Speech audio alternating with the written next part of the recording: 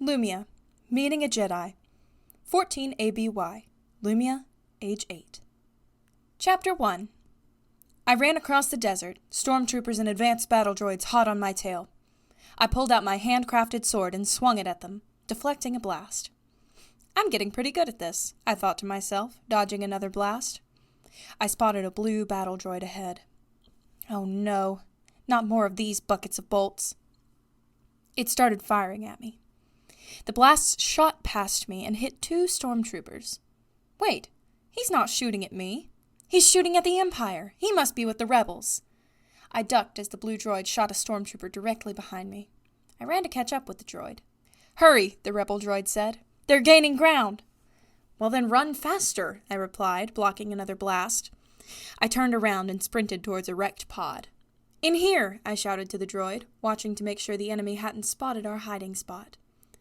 I dropped down into the cockpit of the pod, followed by the battle droid that had helped me. I motioned to the droid to stay low and silent. Where'd they go? An advanced battle droid questioned bluntly. They have to be around here somewhere, a stormtrooper replied. Search the area. If we don't find them, the boss is going to be in a terrible mood.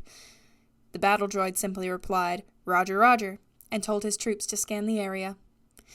Sorry, buddy, but I have to turn you off if we want to be undetected by their scanners, I told the battle droid quietly, switching him off temporarily. I silently crouched behind a chair, out of sight, and held my breath so the droid's scanners would think there were no life forms. The scanners are so easily fooled. I heard the beeping of the scanners grow faint, and a droid said, There are no life forms detected in the pod or the surrounding area, sir. The trooper in charge grimaced and turned to the droid, saying, Well, we'll just have to report the girl and that droid missing.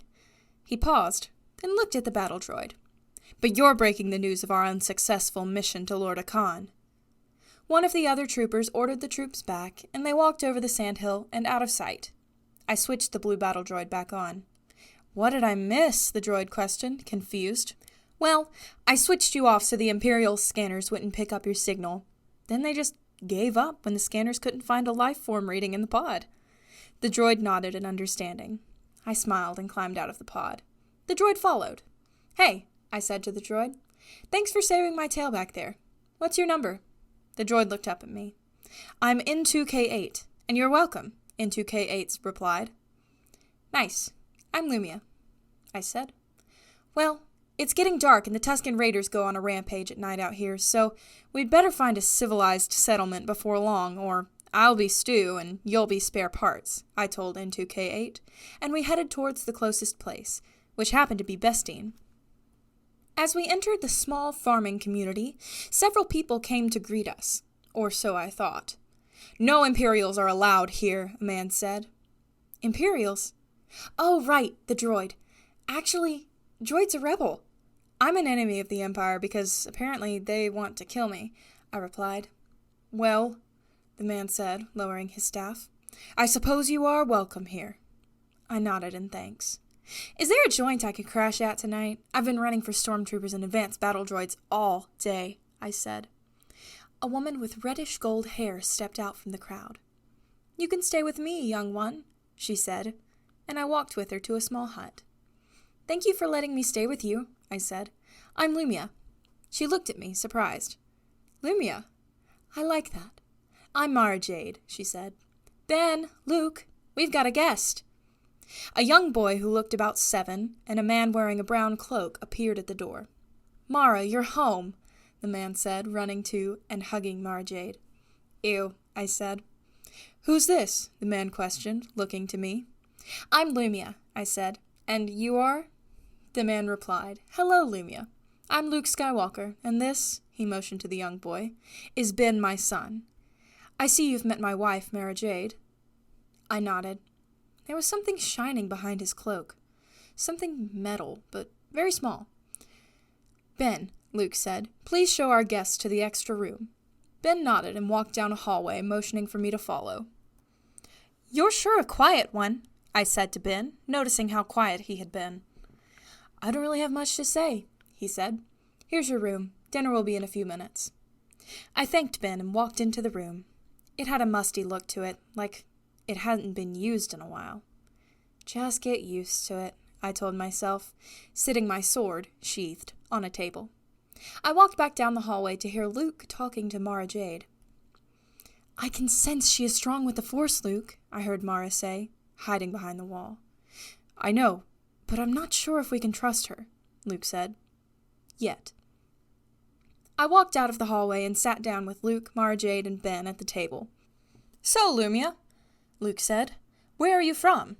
Some rumors have been going around about some pretty strange worlds out there. Traveled far?" I squinted questioningly, then shook my head. "I've always lived on Tatooine," I replied. "I'm always on the run. That's the life of a scavenger, I guess." I ate some food, then stood up from the table. "Well, thank you for letting me stay tonight. Can't get much sleep at night with Tusken Raiders on your tail." "I'm gonna crash," I said, finishing my blue milk and then carrying my dishes to the washer. I trudged down the dark hallway and into my room. Who do they think I am? A Jedi or something? I laid down on the bed, noticing how low it was to the hard ground I had grown so used to sleeping on. Before long, I fell into a deep and restful sleep. Chapter 2. I ran as fast as I could, the world seeming to cloud around me. I could not sense where he was. The dark side was clouding my vision. I stepped into a cloud of fog, stopping as if a wall were blocking my path. I heard something. I'm not sure what. Ignite. I grabbed a metal cylinder from my belt. It had 2 buttons, one large, the other small, a small clip at the top, a small box extending from the side, and was finished with black hand grips on the lower portion. 2 red lines emerged from the fog, followed by 2 dark shadows. I pressed the larger button on the cylinder, a blue laser emitting from the top. I held the blue light close to my face, ready to deflect any blows the shadows threw at me. The shadows stopped. I held my breath, wondering what would happen next. All of a sudden, one of the shadows leapt from the fog, his crimson laser illuminating the misty aura surrounding us. He drew his laser, aiming towards my heart. I awoke from my nightmare, frantically thinking I was still in it. My breathing slowed back to normal when I realized that everything was all right. I noticed a strand of sunlight creep across the floor, and I walked over to the window. Sunrise. I actually got to sleep all night. What is it with me and this room, I wondered, dreaming up endless possibilities. My train of thought was interrupted by Mara Jade walking into my room. I turned to face her. "Did you sleep well?" she asked. "Yes, thank you," I replied. I walked to the table and picked up my sword, reattaching it to my belt. "Come with me," Mara Jade said, and she walked down the hallway. I followed her cautiously, discovering a large room, reinforced with iron. "Could I see your skills with your sword?" Mara said, handing me a remote. I reluctantly accepted the training remote, switching it on when I was inside the iron-reinforced room. I removed my sword from its sheath, keeping the dented metal blade in my right hand. I spotted Luke standing beside Mara Jade. Suspicious. Maybe they actually do think I'm a Jedi. That's ridiculous. I blocked 12 blasts from the remote, deflecting the last one back onto the remote, causing it to fall to the ground. "Oops," I said, slipping my sword back into the sheath. Another dent created. I picked up the defective remote and, exiting the room, handed it to Luke. "Very impressive," Luke said, examining the broken remote. "Mara, she's got it," Luke said, turning to a calmed Mara. "I know," she replied smoothly. "Me? What do I have?" I asked, confused. "Lumya, you are one of the few left in the galaxy that is extremely strong in the Force," Mara said, turning to me. "What? Now I'm confused," I said. I still don't know what they meant by calling me strong in the Force in their conversation last night. "Hold this," Luke said, handing me a short silver rod. "Now concentrate on the rod." I closed my eyes and focused my thoughts on the rod. I saw a young girl holding the rod, swinging it like a sword. The girl stumbled out the door to a small outdoor garden. A man walked to the girl and took the silver rod from her hands, gently pushing her back inside the house. A figure in a black cloak appeared and ignited a sort of laser sword. An ion cannon fired. A girl ran towards the cloaked figure, the silver rod, much longer at the time, in hand. The cloaked figure swung his laser sword at the girl, only to be blocked by a brown cloaked figure with a green laser sword. The red and green blades sizzled against each other, and after several more swings and blocks, the red severed the green, prevailing to victory. The dead Jedi fell to the ground, the Sith's crimson blade finding its way to the silver rod, slicing it in two. The Sith relentlessly brought the same fate to the girl, walking away casually afterwards as if nothing had happened. "What was that?" I questioned, handing Luke the silver rod. "You saw the past of this object. Your force abilities are extraordinary.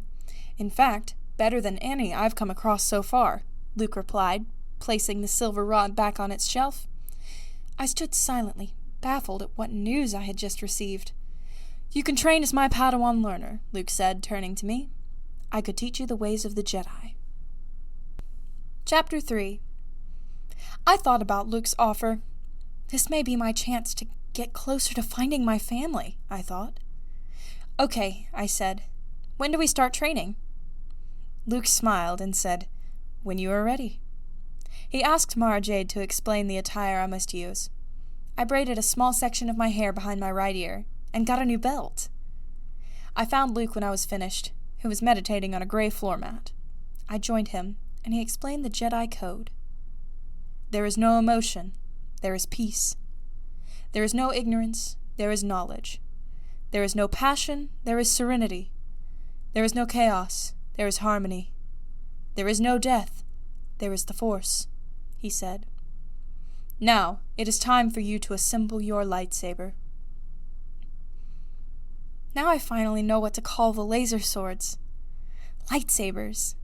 I followed him to a small underground cave. You must retrieve a crystal. The crystal is the heart of the blade. The heart is the crystal of the Jedi. The Jedi is the crystal of the Force. The Force is the blade of the heart. All are intertwined. The crystal, the blade, the Jedi. We are one, Luke said, sending me to look for my crystal. I focused my newly found senses, sensing a crystal calling to me from my left side. The crystal gleamed a brilliant blue as I retrieved the transparent gem. I exited the cave, crystal in hand, and followed Luke to a room that seemed to be full of spare parts. After a closer look, I realized the spare parts were lightsaber parts.